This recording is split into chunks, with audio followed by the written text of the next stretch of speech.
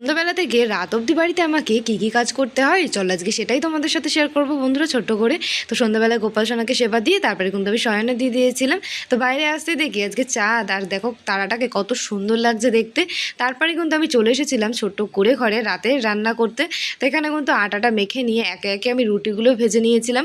তো এদিকে দুধটাও কিন্তু এক সাইডে আমি জাল বসিয়ে দিয়েছিলাম। তো এখানে দুধটাও সুন্দর করে ফুটিয়ে জাল দিয়ে নিয়েছি। তো একটু গরম জল লাগবে, কারণ তোমাদের পূজা দিদির পায়ের ব্যথাটা এখনও সারেনি, তাই একটু নুন দিয়ে গরম জলটাকে ফুটিয়ে পায়ের মধ্যে একটু চেক করতে হবে। তো এখানে পেঁয়াজটা কেটে নিয়েছি, আর রান্নাবান্না আমার সমস্ত কিছু কমপ্লিট হয়ে গেছে। তো এই জায়গাটা গুছিয়ে নিয়েছি, আর এখন গরম জলটা মগের মধ্যে ঢেলে নিয়ে চলে আসলাম বাইরে।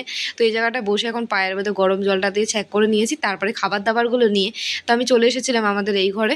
তো এখনও মাও বাড়ি আসেনি, কতটা রাত হয়ে গেছে, আর আকাশটা দেখো কেমন চমকাচ্ছে, বিদ্যুৎ মনে হচ্ছে বৃষ্টি আসবে। তো এরই মধ্যে কিন্তু মা দেখো আসছে অন্ধকারের মধ্যে, কত কারেন্ট নেই আজকে আমাদের এখানে।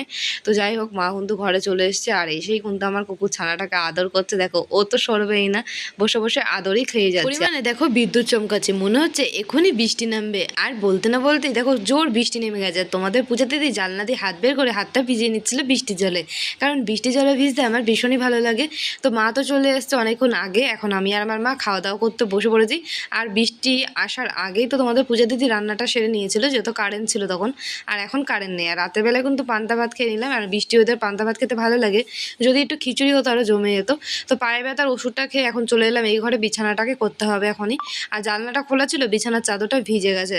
তো চলো তাড়াতাড়ি করে এখন বিছানাটা করে নিয়ে তোমাদের পূজা দিদির পেয়েছে এখন ঘুম টাঙানো কমপ্লিট হয়ে গেছে। যেদিন আমি মশারি টাঙাবো না সেদিন রাতে আমার ঘুমই হবে না, কারণ আরশোলা ইঁদুরের ভীষণই ভয় লাগে আমার। তো চলো বিছানা তো কমপ্লিট হয়ে গেছে, আর এখন আমি ঘুমাবো। তো বন্ধুরা, রোজ সন্ধ্যাবেলা থেকে রাত অবধি আমার বাড়িতে এই কাজগুলোই থাকে। তোমাদের নামগুলো কমেন্ট করে বলো। টাটা।